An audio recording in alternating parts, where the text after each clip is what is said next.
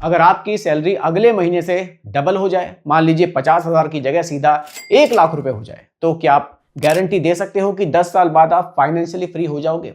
ज्यादातर लोग तुरंत ही बोलेंगे हाँ हाँ बिल्कुल, लेकिन सच जानकर आप शायद हैरान हो जाएंगे। इंडिया में लाखों लोग ऐसे हैं जो महीने के 1 लाख से लेकर 2 लाख तक कमाते हैं, फिर भी महीने के एंड में उनके अकाउंट में बहुत ही कम पैसा बचता है। तो फिर प्रॉब्लम सैलरी की है या फिर सोच की? और बिलीव कीजिए, ये वीडियो सिर्फ उन लोगों के लिए नहीं है जो 30 से 40 हजार महीना कमाते हैं। ये वीडियो उनके लिए भी है जो 2 लाख रुपए महीना तक कमा रहे हैं, क्योंकि मिडिल क्लास सिर्फ इनकम से डिसाइड नहीं होता, मिडिल क्लास माइंडसेट से भी होता है। दोस्तों, एक सिंपल सी कैलकुलेशन हम लोग करते हैं, ठीक है। मान लीजिए दो दोस्त हैं, दोनों की सैलरी 60,000 रुपए महीना है, दोनों को हर साल 10% इंक्रीमेंट भी मिलता है। पहला दोस्त हर इंक्रीमेंट के बाद अपनी लाइफस्टाइल अपडेट करता है, नया फोन और वीकेंड पर ट्रिप्स, ऑनलाइन शॉपिंग, और धीरे धीरे उसका मंथली खर्चा 55,000 से बढ़कर 95,000 तक जाता है।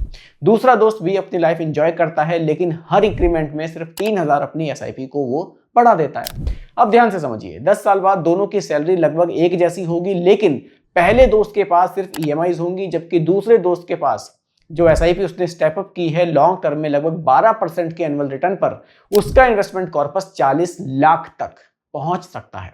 अब दोस्तों, सवाल यह है कि दोनों ने एक ही कंपनी में काम किया, एक ही सैलरी से शुरू किया, फिर रिजल्ट इतना अलग अलग उनका कैसे हो गया? क्योंकि अमीर और मिडिल क्लास के बीच सबसे बड़ा डिफरेंस इनकम का नहीं होता, कैश फ्लो का होता है। और यही गलती हम में से ज्यादातर लोग करते भी हैं। जिस दिन सैलरी आती है उसी दिन हम सोचना शुरू कर देते हैं कि इस महीने क्या खरीदना है। बहुत कम लोग सोचते हैं कि इस महीने कितना इन्वेस्ट करना है। इसी वजह से सैलरी बढ़ती रहती है, लेकिन नेटवर्थ हमारी कभी भी नहीं बढ़ती। मैं आपसे एक और सवाल पूछता हूं, अगर कल से आपकी सैलरी आनी बंद हो जाए तो बिना किसी टेंशन के आप कितने महीने अपना घर चला सकते हैं? 1 महीना, 3 महीने या फिर 6 महीने? अगर इस सवाल का जवाब आपको अनकंफर्टेबल कर रहा है तो बिलीव कीजिए, प्रॉब्लम इनकम में नहीं है, प्रॉब्लम फाइनेंशियल प्लानिंग में है। और सबसे बड़ी बात, मिडिल क्लास को कोई एक बड़ी गलती गरीब नहीं बनाती। रोज की छोटी छोटी फाइनेंशियल हैबिट्स धीरे धीरे उसकी वेल्थ को खत्म करती रहती है। तो चलिए अब बात करते हैं उन 5 फाइनेंशियल हैबिट की जो मिडिल क्लास को सालों तक मेहनत करने के बाद भी फाइनेंशियली स्ट्रांग नहीं बनने देती। और मुझे पूरा यकीन है कि इनमें से कम 2 हैबिट्स आपको अपनी लाइफ में जरूर नजर आएगी। अब आप सोच रहे होंगे कि राहुल जी, अगर प्रॉब्लम इतनी क्लियर है तो मिडिल क्लास हर साल वही गलती क्यों करता है? क्योंकि ये गलती एक दिन में नहीं होती, ये धीरे धीरे होती है और हमें इसका पता भी नहीं चलता। सबसे पहली गलती है लाइफस्टाइल इन्फ्लेशन। नाम थोड़ा सा टेक्निकल है, लेकिन कंसेप्ट बहुत सिंपल है। जैसे ही सैलरी बढ़ती है हम अपनी लाइफ स्टाइल भी बढ़ा देते हैं। चलिए एक कैलकुलेशन देखते हैं।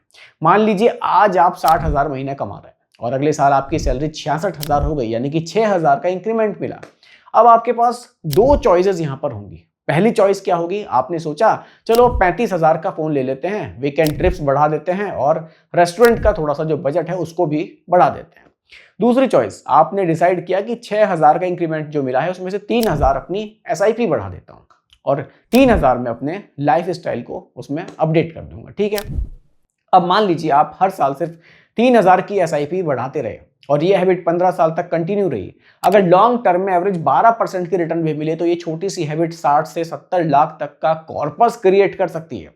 सोचिए, डिफरेंस सैलरी का नहीं था, डिफरेंस क्या था? सिर्फ एक डिसीजन का। अब दूसरी गलती को समझिए, EMI को एसेट समझना। मैं EMI के खिलाफ बिल्कुल भी नहीं हूं। घर लेना गलत नहीं है, कार लेना भी गलत नहीं है, लेकिन हर चीज EMI पर लेना कई बार डेंजरस हो सकता है। एक कैलकुलेशन यहां भी देखिए। मान लीजिए आपने 15 लाख की कार ली, डाउन पेमेंट 3 लाख रुपए की और बाकी लोन। अगर EMI लगभग 25,000 महीना है तो लोन 7 साल का है तो टोटल पेमेंट लगभग 21 लाख के आसपास पहुंच सकती है। इंटरेस्ट रेट के हिसाब से थोड़ा कम ज्यादा हो सकता है। और 7 साल बाद उस जो कार की जो वैल्यू है वो शायद 6-7 लाख रुपए बचेगी। अब वही 25,000 अगर 15 साल तक डिसिप्लिन के साथ इन्वेस्ट किए जाए और 12% का एनुअल रिटर्न मिले तो कॉर्पस 1 करोड़ के आसपास भी जा सकता है। अब मैं ये नहीं कह रहा कि आप कार मत लीजिए, मैं सिर्फ आपसे इतना कह रहा हूं कि हर EMI से पहले खुद से एक सवाल पूछिए, क्या ये चीज मेरे नेटवर्थ बढ़ाएगी या सिर्फ मेरा स्टेटस बढ़ाएगी? अब एक सवाल आपके कई फाइनेंशियल डिसीजन को बदल सकता है। अब तीसरी गलती पर बात करते हैं जो सबसे ज्यादा डेंजरस भी है। हम अपनी इनकम पर हमेशा फोकस करते हैं, नेटवर्थ पर कभी नहीं। हर साल हम पूछते हैं इस साल सैलरी हमारी कितनी बढ़ी, लेकिन बहुत कम लोग ये सोचते हैं और पूछते हैं कि इस साल मेरी वेल्थ कितनी बढ़ी। और बिलीव कीजिए, फाइनेंशियली सक्सेसफुल लोग सैलरी से ज्यादा नेटवर्थ ट्रैक करते हैं।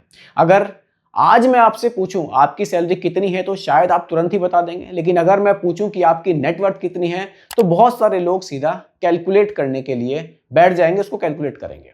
और यहीं से गेम बदलता है, क्योंकि जिस दिन आप सैलरी की जगह नेटवर्थ ट्रैक करना शुरू कर देते हैं उस दिन आप सिर्फ एम्प्लॉय नहीं रहते, आप वेल्थ बिल्डर बनना शुरू कर देते हैं। लेकिन अब एक सबसे इंपॉर्टेंट सवाल, अगर ये तीन गलतियां इतनी ही कॉमन है तो एक मिडिल क्लास फैमिली इन सबसे बाहर आखिर निकले कैसे? अगर मुझे आज से दोबारा अपनी फाइनेंशियल जर्नी शुरू करनी हो तो मैं पहले 5 साल में कौन से 5 रूल फॉलो करूंगा? दोस्तों, अब तक हमने समझा कि मिडिल क्लास को सिर्फ कम सैलरी गरीब नहीं बनाती, लाइफस्टाइल, इन्फ्लेशन, ईएमआई और फाइनेंशियल प्लानिंग की कमी भी बहुत बड़ा रोल निभाती है। लेकिन अब सबसे इंपॉर्टेंट सवाल, अगर मैं आज 25 साल का होता और जीरो से अपनी फाइनेंशियल जर्नी दोबारा शुरू करता तो मैं क्या करता? मैं सिर्फ ये कुछ रूल्स हैं, इनको मैं फॉलो करता। रूल नंबर 1, सैलरी आते ही पहले खुद को पेमेंट करो। ये लाइन मैंने किसी बुक से नहीं, इन्वेस्टिंग की दुनिया से सीखी है। मान लीजिए आपकी सैलरी 70,000 है, अगर आप महीने के एंड में बचा हुआ पैसा इन्वेस्ट करोगे तो शायद कुछ भी इन्वेस्ट नहीं होगा। लेकिन अगर सैलरी आते ही उसमें से कुछ पैसा अलग कर दोगे तो आप यहाँ पर अपने बजट को एडजस्ट कर लोगे और इन्वेस्ट हो जाएगा। मिडिल क्लास का फॉर्मूला होता है income minus expenses is equal to saving, लेकिन फाइनेंशियल सक्सेसफुल लोग फॉर्मूला बदल देते हैं, income minus investment is equal to expenses.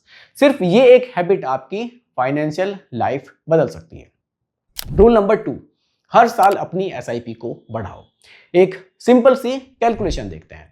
अगर कोई आदमी 25 साल तक सिर्फ 10,000 महीने की एसआईपी करे, 12% के रिटर्न मिले तो कॉर्पस उसका बहुत ज्यादा होता है, शायद करोड़ तक भी पहुंच सकता है। लेकिन अगर वही आदमी हर साल सिर्फ 10% स्टेप अप करे, यानी कि 10,000 से 11,000 फिर 12,100, इसी तरह से वो उसको बढ़ाता रहे तो कॉर्पस उसका दुगने से भी ज्यादा हो सकता है। सोचिए, रिटर्न वही है, मार्केट वही है, डिफरेंस क्या है? डिफरेंस दोस्तों सिर्फ एक हैबिट का है। अब बात करते हैं रूल नंबर 3 की। हर ईएमआई से पहले एक असेट जरूर बनाओ। मैं कार लेने के खिलाफ नहीं हूं, मैं घर लेने के खिलाफ भी बिल्कुल नहीं हूं, लेकिन अगर आप 25,000 की ईएमआई भर सकते हो तो कम से कम आप 5,000 से लेकर 8,000 की इन्वेस्टमेंट भी तो कर सकते हो। एक एसेट आपका फ्यूचर बनाता है और एक लायबिलिटी सिर्फ आज का कंफर्ट देती है, इसलिए बैलेंस होना जरूरी है। अब बात करते हैं दोस्तों रूल नंबर 4 की। अपनी नेटवर्थ साल में एक बार जरूर कैलकुलेट करो। मैं सैलरी नहीं देखना चाहता, मैं ये देखना चाहता हूं पिछले साल के कंपैरिजन में आपकी टोटल वेल्थ कितनी बढ़ी। क्योंकि जिस दिन आप नेटवर्थ ट्रैक करना शुरू कर देते हैं उस दिन आप सिर्फ एम्प्लॉय नहीं रहते, आप उस दिन एक इन्वेस्टर बन जाते हैं। और दोस्तों, वीडियो खत्म करने से पहले एक बात मैं आप लोगों को दिल से बोलना चाहता हूं। देखिए, मिडिल क्लास होना कभी भी प्रॉब्लम नहीं था। मैं भी मिडिल क्लास फैमिली से हूं। प्रॉब्लम तब शुरू होती है जब हम अपनी पूरी जिंदगी सिर्फ सैलरी बढ़ाने में ही लगा देते हैं, लेकिन असेट बनाने पर हमारा कभी ध्यान ही नहीं जाता। याद रखिए, रिच लोग पहले असेट खरीदते हैं, फिर लाइफ स्टाइल को वो अपग्रेड करते हैं। मिडिल क्लास पहले लाइफ स्टाइल अपग्रेड करता है, असेट बाद में सोचता है। बस ये ऑर्डर आप बदल दीजिए, फाइनेंशियल लाइफ बदलनी आपकी शुरू हो जाएगी। आज थोड़ा सा समय निकालकर एक काम जरूर कीजिएगा, अपनी सैलरी मत लिखिए, अपनी नेटवर्थ लिखिए और खुद से पूछिए, अगर मैं इसी स्पीड से चलता रहा तो 10 साल बाद मेरी फाइनेंशियल लाइफ कैसी होगी? अगर जवाब पसंद नहीं आता तो टेंशन मत लीजिए, आज ही एक शुरुआत कीजिए, क्योंकि वेल्थ एक दिन में नहीं बनती, लेकिन एक दिन जरूर बनती है। अगर आज की वीडियो ने आपकी सोच में थोड़ा सा भी बदलाव किया हो तो कमेंट में सिर्फ एक वर्ड लिखिए, एसेट्स। मैं समझ जाऊंगा कि आप सिर्फ वीडियो देखकर नहीं गए, आप कुछ सीख कर गए। दोस्तों, अगर वीडियो पसंद आती है लाइक करिए, शेयर करिए और इन्वेस्ट राइट को सब्सक्राइब जरूर करिए। मैं मिलूंगा आपसे अगली वीडियो में, तब तक के लिए बाय बाय, टेक केयर, जय हिंद।